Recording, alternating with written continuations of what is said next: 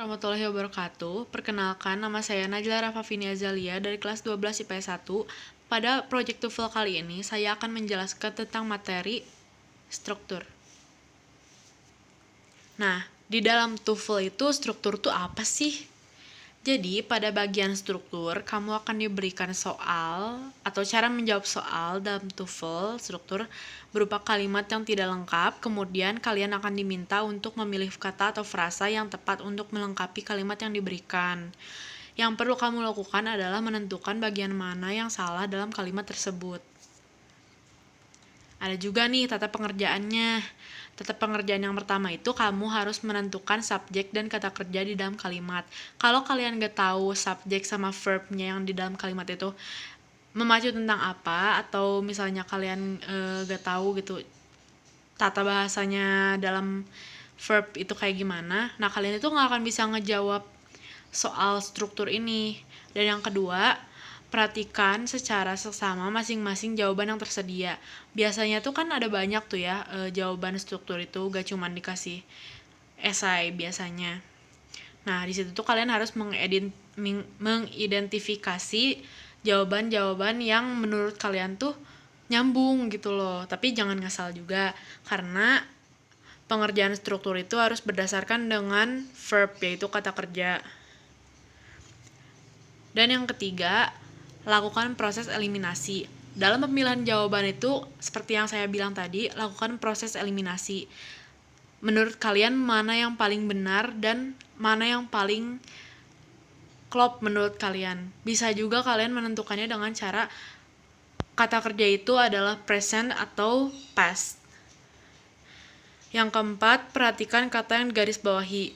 Biasanya di soal-soal struktur itu ada kata-kata yang digaris bawahi. Itu tuh untuk mempermudah kalian mencari apa kata yang salah. Sekarang saya akan menjelaskan contoh soal dan pembahasannya. Ini contoh soal yang pertama. I wish you would tell me ... A. Who is being live next door? B. Who does live in the next door? C. Who lives next door? D. Who next door was living? Urutan kalimat yang benar adalah subject, verb, complement, modifier. Jadi kalimat D itu sudah pasti salah karena tidak sesuai dengan aturan baku. Yang D salah. Sedangkan kalimat A, is being lived, tidak mungkin pada model struktur verbal. Kemudian pada kalimat B, dapat diabaikan karena kata does dan in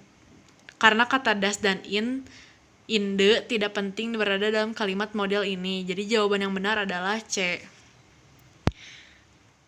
Lanjut ke contoh soal yang kedua. During the Daytona, the lead car ... leaving the others far behind. Nah, jawabannya A. Forward rapidly.